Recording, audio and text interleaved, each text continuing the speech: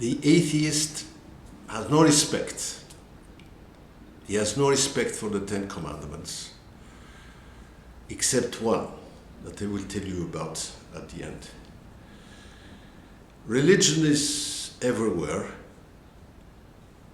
I am using the Bloomfieldian broad sense approach: God, religion, worship, so that you can understand. According to the philosophers, mankind has gone through 3 stages in its thought evolution, in its concept of life. They started with superstition, and then you have religion, and finally science. So you have an ascending linear line: superstition, religion, and science. We may argue about that.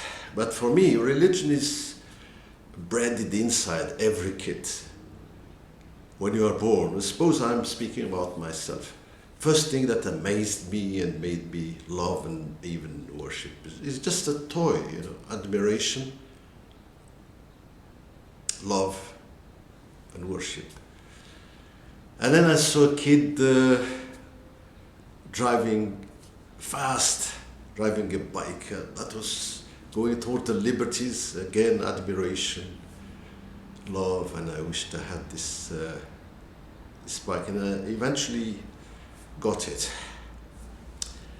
Another time I was older and I was amazed. I loved the beautiful Volvo Sport when the driver made that running sound behind him with the le pot, le tube d'échappement. I said to myself, when I grow up, I will gather enough money and buy this beautiful car and make that sound. I should feel proud.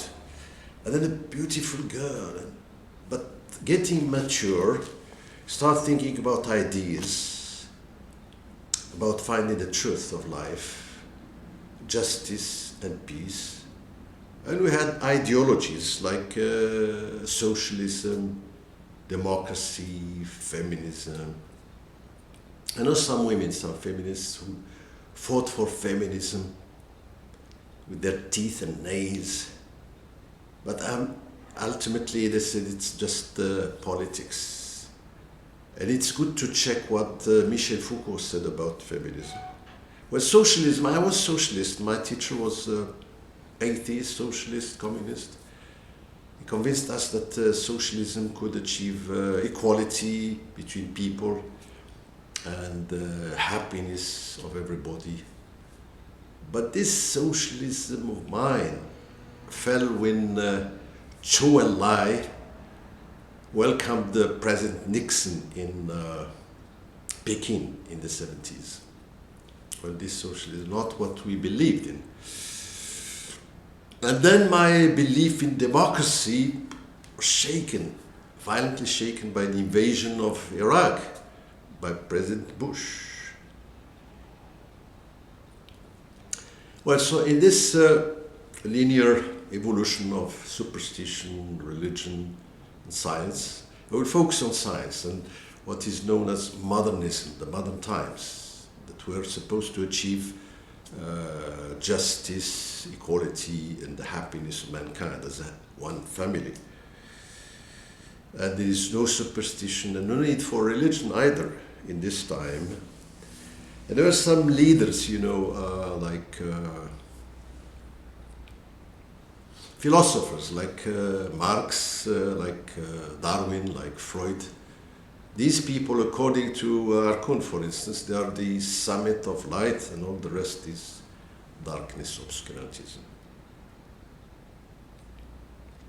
But reading French magazine Le Point, it says les barbus ne sont plus des tabous. They're not gods. We can discuss them but see the consequences. As Jesus said, we judge the tree from its fruit. Well, Darwin gave us man as Superman, and and eventually the superiority of the Aryan race and Hitler. Karl Marx gave us Stalin, the Gulag.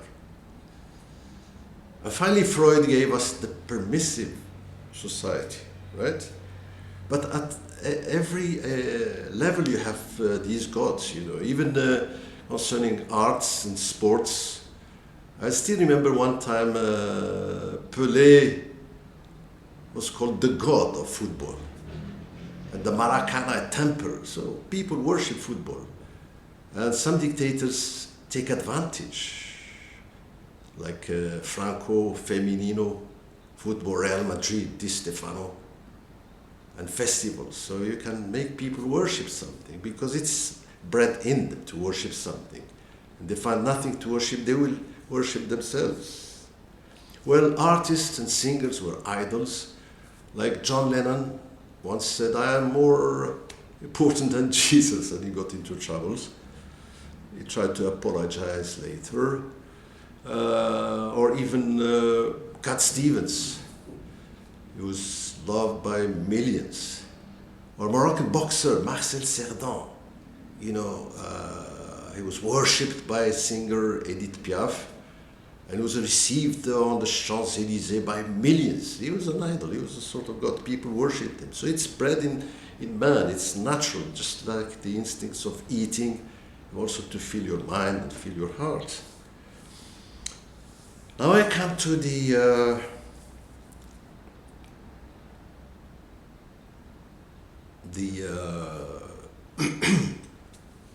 well, suppose I were atheist.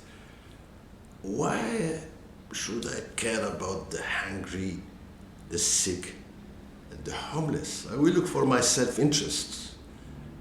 That atheists may even take advantage of other people.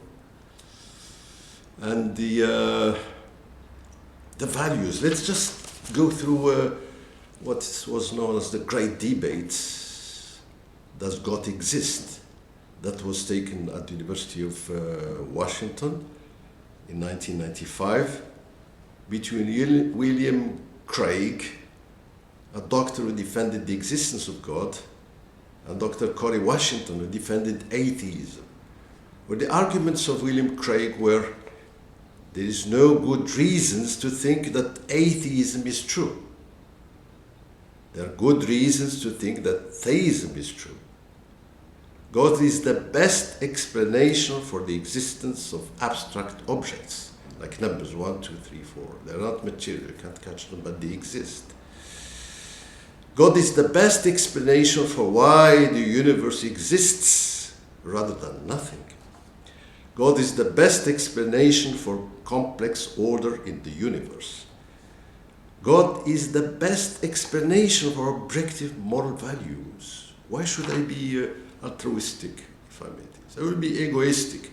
And all I need is the last commandment, which is, thou shalt not be caught. You can get away with it.